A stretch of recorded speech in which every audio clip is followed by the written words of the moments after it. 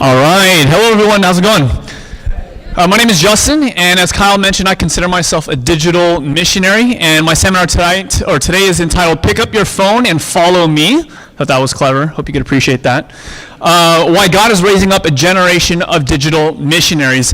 As Kyle mentioned, I run a YouTube channel called That Christian Vlogger, and really my goal every single day is I wake up with the desire to try and help young people around the world get to know God better for themselves, to understand the Bible for themselves, and have a deeper and more meaningful relationship with God. Something that I really believe that I'm going to try and communicate to you guys throughout the course of this seminar is that we are facing the largest communication shift that has taken place in the last 500 years. What happened 500 years ago? Does anyone know their history? As far as the Protestant Reformation, more specifically as far as communication is concerned, the printing press took place, and that dramatically shifted the way that we communicate with one another. And something that I firmly believe is what got us to this point isn't going to get us to where we're trying to go. I believe that in order for us to get to where we're trying to be, to accomplish the mission that Jesus has given us as a people, we are going to actually have to not do things the way that they've always been done, but to be able to evolve with the times and try and shift and evolve in our way that we communicate with other people. Here is the problem, and I'm speaking to young people here, so I know that you guys know what I'm talking about here. The recent statistic from the North American Division, they did a study in conjunction with Barna Group. They did a study on Adventist young people and what they're doing in their church habits and where are they staying or leaving the church. Here's a statistic. I don't know if you've known this before. 59% of Adventist young people, by the time that they reach the age of 18, end up leaving the church. 59%. According to a study in 2013, end up leaving the church, with another 23%, that's the people that are in this room and still in the church, another 23% of us are still on the fence as to whether or not we're going to stay in the church. We see a problem. And there's obviously multiples of issues, reasons why that's taking place, but I think one of the major reasons why this is the case is because after you end up graduating from high school, if you don't end up at one of our Adventist education places, Loma Linda or whatever the case is, there's literally nothing in the church that exists for people our age. Most people, when they end up graduating from high school, or maybe it's Adventist education, when they end up leaving, there's literally nothing for us within the traditional church, the average church, until the point where we have children and we want to bring our kids to Sabbath school. You think about this. There's adventurers, there's pathfinders, there's primary classes, but once you graduate, what is there for young adults, for young professionals? And that's why I'm really grateful to be here with ASI. Amen? Oh, you guys aren't. Amen? All right, there you go. So one of the major things that I think we need to be able to do is provide ministry by young people for young people. So we see 59% leaving the church. The crazy part is this is not just a problem within the Adventist church. Another study said in 2008 that less than 17.5% of Americans all across the country attend week on any given week. And that's not just Adventists, that's Christianity as a whole, and that's not just young people. So this isn't just an issue that we're seeing with just young people. 17.5 Americans attend church every single week. And another study said that every single year, 20% of Americans end up leaving their church every single year. And what we're seeing with these studies, and my point I'm trying to communicate here, is that the Western world is quickly becoming the largest mission field out there. When we think of mission trips and we have mission stories at church, generally speaking, we think about some of us going over there to minister in a jungle or in a forest or in a desert or something along those lines. But what we're actually finding is that the biggest mission field that has the biggest untapped need is right here in the United States. It's in the Western world. It's in the developed parts of the world. In fact, the Center for Study of Global Christianity at the Gordon Cornwell Theological Seminary said that the country that received the most missionaries in 2010 was the United States. It used to be that the United States would send missionaries across the seas to spread the gospel, but it's actually becoming more true that other countries are sending missionaries to us. And I'm praising God for that because we see the need, we see the issues, we see the problem. And what I'm going to try and say in this seminar is I want to propose that quite literally you are holding the answer to this dilemma, or at least a large part of the answer of this dilemma, in your hand. In your hand right now, I think, is part of the answer to this problem. that I believe that through social media, through technology, through the raising up of a generation of digital missionaries, we can actually make a difference. This is a cause I've dedicated my life to, something that I'm very, very, very passionate about, and I believe that there are people in this room that God is calling to do the same thing. Let me give you a scope as to some of the opportunities that we have here. An average day in a millennia. Now, are we all millennials? Are there any Gen Zs in this? Okay, we got a couple. All right, praise the Lord. Good to see you here. I want you to measure this up to your own day. A typical day of social media consumption by people our age. Is this true? There's a study done by the Wall Street Journal. How much time do we spend behind a screen, behind some kind of media device of some sort? According to the Wall Street Journal, on average, we spend about 3.5 hours on the internet. Gauge that with your own practice. Is that within line? Maybe, maybe not. We spend a little over 3 hours a day, 3 hours and 12 minutes on social media, Facebook, Snapchat, Twitter. Maybe not Twitter. Certainly not Vine. We spend about 2 hours a day, 2 hours 19 minutes watching live television, and we're playing video games for about an hour and 47 minutes every single day. We watch television on-demand services like Netflix or Hulu about an hour and 47 minutes, and we're watching a movie every single day about for an hour and 15 minutes. Radios and podcasts about an hour, 15 minutes, and we are texting or email for about an hour and 4 minutes a day. And then about an hour talking about different brands and doing online shopping through Amazon or whatever the case is. All in all, we are spending on average over 18 hours a day consuming media of some way, shape, or form. Now, we're not doing this like all at one time, and chances are we're actually doing 2 or 3 of these at a time. Like when you're driving on the way to work, you're listening to a podcast. As you're doing homework, you might have YouTube on in the background or something along those lines. So it's not like just all at once, because then you would like literally never do anything. But like even when you're in class, you might actually be flipping through Instagram at the same time. Or I remember I was literally giving a presentation at Andrews University to seminary students, and I'm on stage and I'm looking out because I get to see everyone, and there's someone in the audience literally FaceTiming with an earbud in while I'm up there on the stage. It's like, wow, this is the world that we live in nowadays.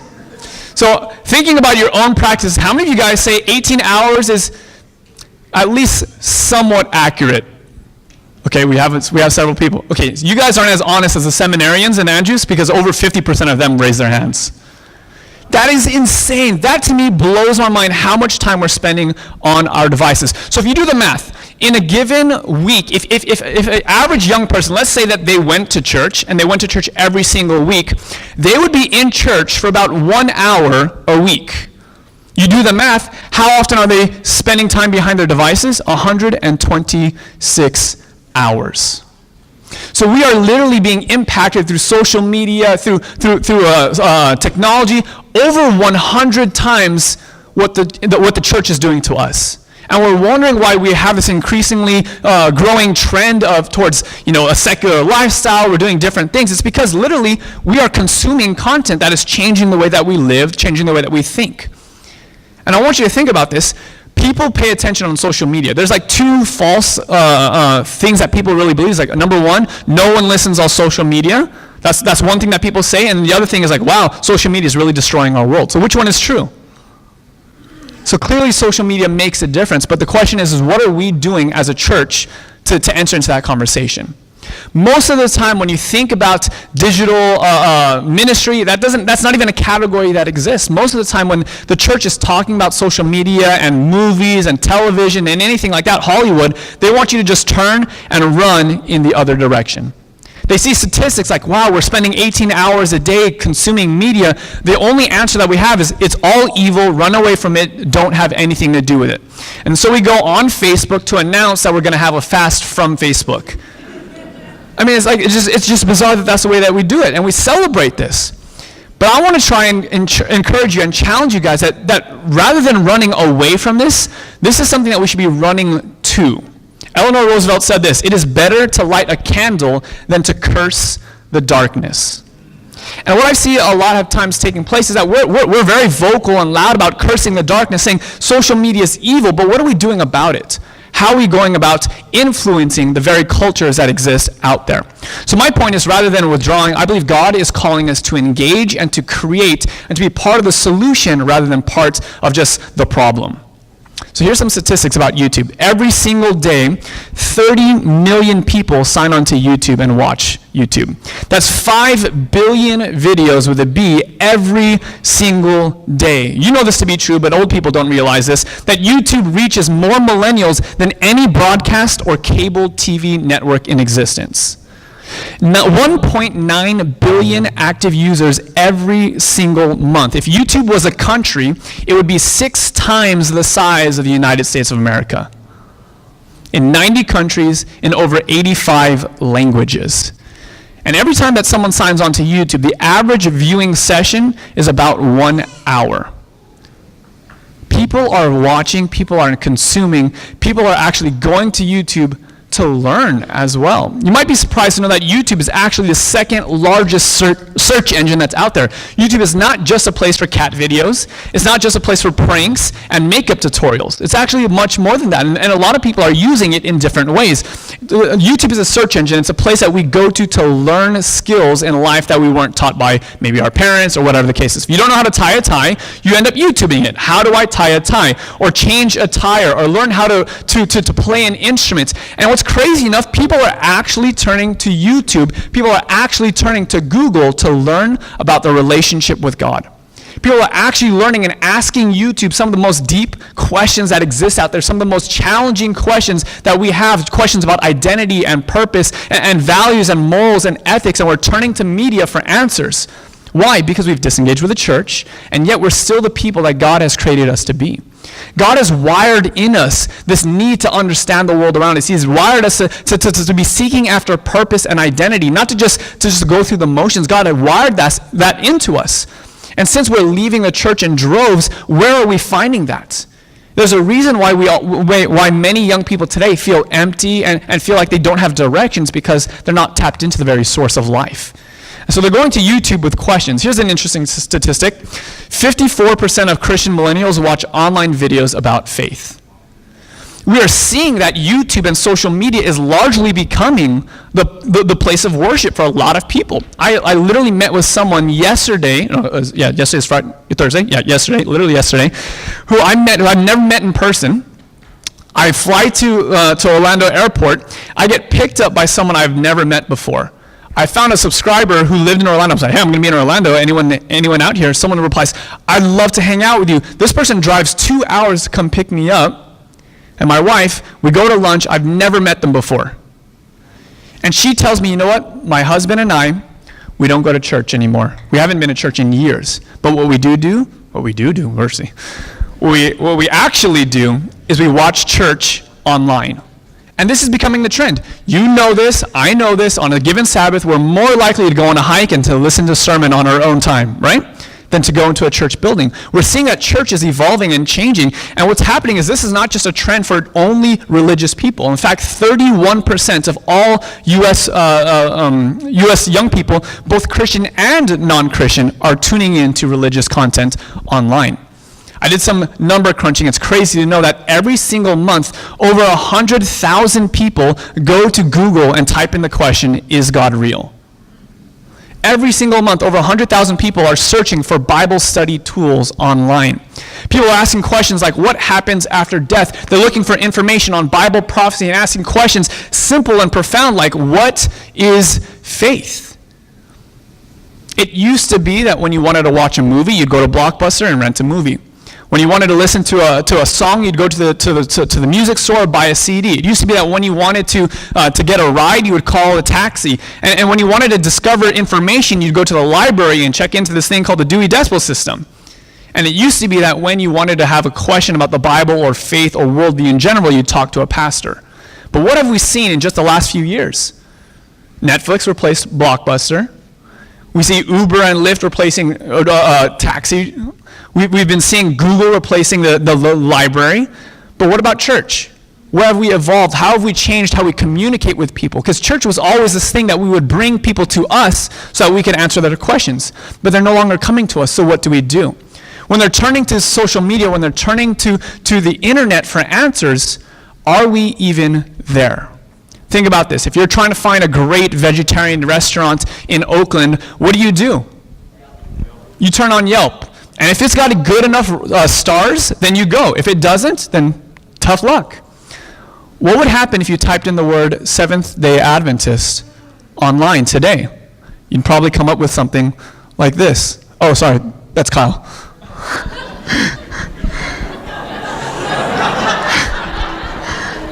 I just wanted to tease Kyle. Sorry, I love you, Kyle. But this is something that's actually taking place. What would happen if someone Yelped your church or Googled your church? What would happen? Here's what would happen if you go to YouTube and you type in the phrase Seventh-day Adventist. You get 5 or so videos where over 1 million people have heard about Adventists, from atheists and people who are former members of the church. People with agendas who are angry and who have so many negative things to say about the church. That top one is Seventh-day Adventism exposed, run away from this cult. 10 things you should know about Seventh-day Adventists from the atheist voice. Former Seventh-day Adventist pastor for 13 years gives his testimony about why Adventism is wrong. The secret cult of the Seventh-day Adventist church. And former Seventh-day Adventist pastor exposes the lies and intentional deceit of Ellen White and the Seventh-day Adventist church. This is crazy. This is the world that we live in. When people have questions about your church and about the faith, this is what they see. And this blows my mind because we will send colporteurs door to door to do mission work, to do evangelism. We'll hold evangelistic seminars and try and preach to hundreds of people. We'll send missionaries across the ocean and we'll minister to people who've never heard the gospel. But when it comes to the person who's living in the United States, a young person like you and me who has a question about faith, and they go to the only place that they know how to get answers, because this is what they do. They go to the computer, they go to their phone, and they type in a question into the Google search bar, into YouTube. Who is there to answer their questions? Who is there to minister to them and to help them find purpose in Jesus Christ?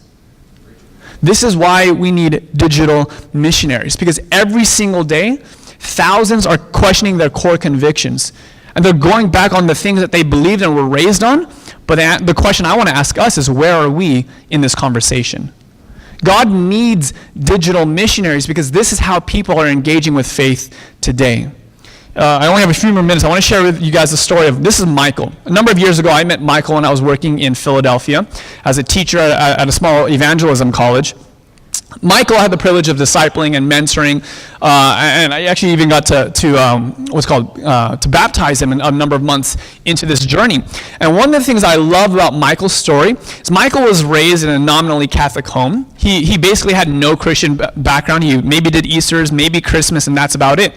But one day he's going online, and he's just looking on YouTube, and he found a YouTuber across the country who was making videos about his faith. This person wasn't famous. This person wasn't wealthy or influential. It was just someone online sharing their experience with God. And for whatever reason, Michael found that compelling and decided to give it a shot.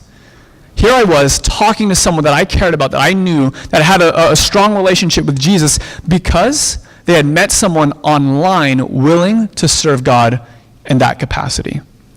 I sat and thought to myself, how hard did I work as a colporteur to knock on 100 doors?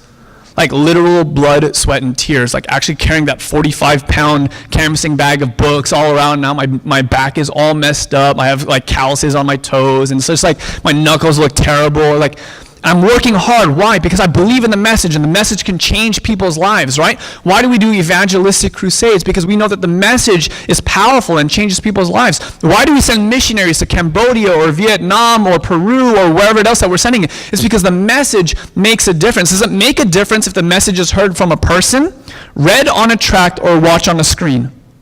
No, the message is the same. The message is the message, and that's what matters. So I thought to myself, if Michael's life could be changed through something like social media ministry, why isn't this happening more often? I looked online and I searched for anyone making content within our denomination doing that, and I was astonished. There is no one in the Seventh-day Adventist Church in North America doing this today.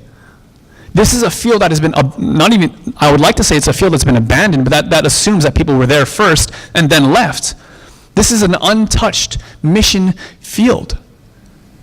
And so what I decided to do, I decided to pick up a camera and give it a shot. I'm the kind of guy with zero experience in this. I think maybe not zero literally, I made one movie in high school on Windows Movie Maker. So I had a little bit of experience. But I've never taken a graphic designs class. I've never taken a video course. I've never learned how to edit a video, any of those kinds of things. You know how I learned how to do all those things, by the way? I went to YouTube. That's pretty cool, huh? Look at that. Picked up a camera, decided to give it a shot, and decided to make videos just in the way that I could figure them out. We were living in Philadelphia at that point, a tiny little rat-infested apartment. This is my living room. This is me trying to make one of my very first videos. I set out with a goal in my mind that, at the end of 1 year, I said, God, I will try this for 12 months. I don't know if this is for me. I definitely know that I'm not skilled in this area, but I want to try it. I want to just be part of the solution rather than complain about the problem. So I said, all right, I'll try it. And I thought to myself, what would be the goal? Because I had the Cole Porter background. I always need to have a goal every single day. So I said, I'll set a goal for 1 year. At the end of 1 year, what should that goal be? And I thought, if I were to go and be a church planter, what would my goal be then? To start with 0, what would, at the end of 12 months, would I judge as a success? Or if I was a missionary going across the ocean, starting with nothing in a brand new community, and now I'm starting to bring out contacts and what would that look like? So I set a goal. I thought this goal was huge. I said, I'll set a goal of 250 people. Because I know how hard it is to win a soul. And then as I'm sitting down, I'm literally writing this down in my New Year's resolutions. God whispers in the back of my mind, Justin, you need a faith goal. Something that only I can do, that will stretch what you believe is possible. Says, all right, double it, 500. I thought I was dreaming big.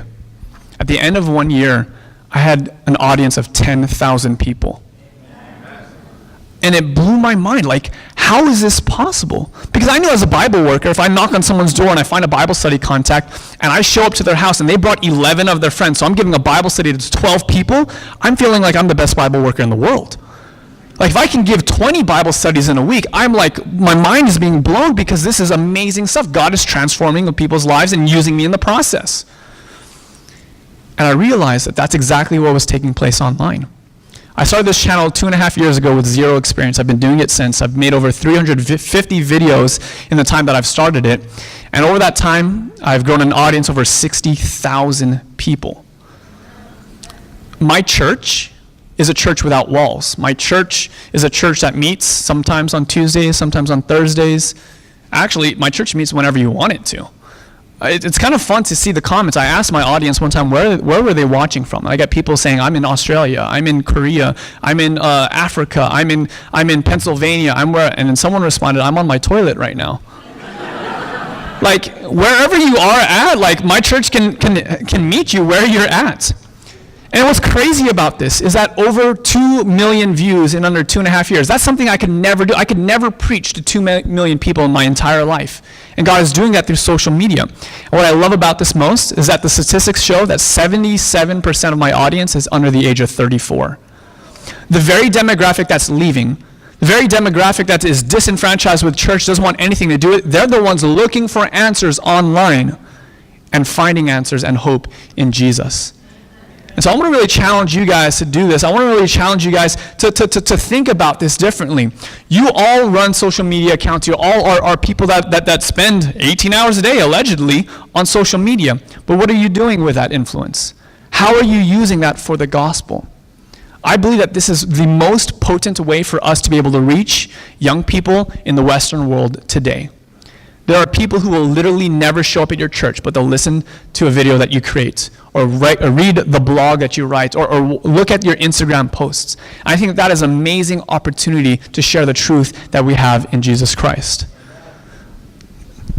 My time's up. Can I share 1 or 2 stories? Is that all right? Okay, cool. A couple of the testimonies. I want to share 1 or 2 testimonies of who are the kinds of people on the other side of the screen that I don't even get to see ever. I got an email or a question. I get questions a lot. I got an email this one time. Someone saying, Justin, I need advice. I'm the only Christian in my family. I have no churches in the nearby area. What should I do? How can I grow my relationship with God? And my response was from my perspective. I live in Portland, Oregon. I have the internet available and transportation. So I said, come on, let's be real. I give the tough love approach. I said, all you got to do is just Google a church in your area, call them up and tell them, hey, I would love to visit your church. And I guarantee you a pastor or elder, someone would be willing to pick you up from church. And I kind of wipe my hands, feeling really good about myself, patting my back, yeah, I told them how it was. They're just making excuses. This young woman came in and wrote back saying, oh, I'm so sorry, Justin, I didn't explain myself very well. She was much more gracious than me. It says, I live in a Muslim country. there are no churches where I live. Yeah, and that was my response. I'm like floored. I'm like, what do you do when you realize that you are the church to this young lady? Social media has the ability to do things that we could never do in real life. And I started to think about this more, and this is my running theory, and I'd like to know what you guys think about this. The church was built on the back of social media influencers. Not just the Adventist church, but the church, capital C, since the beginning of the church, was built on the back of social media influencers. Here's what I mean.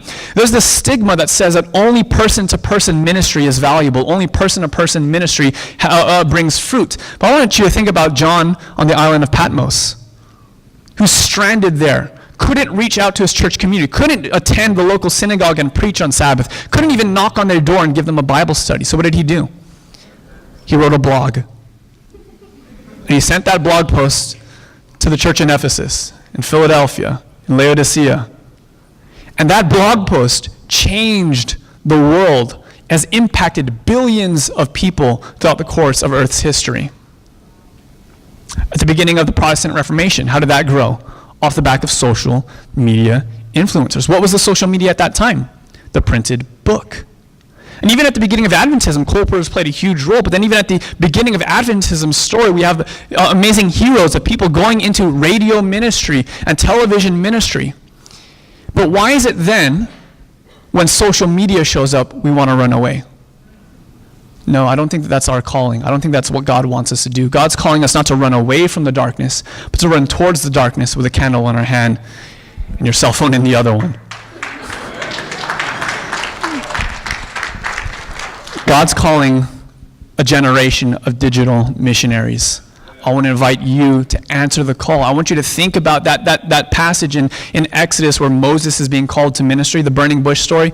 God said, what is in your hand? Right now in your hand, you're probably holding your phone. So why don't you use it for God?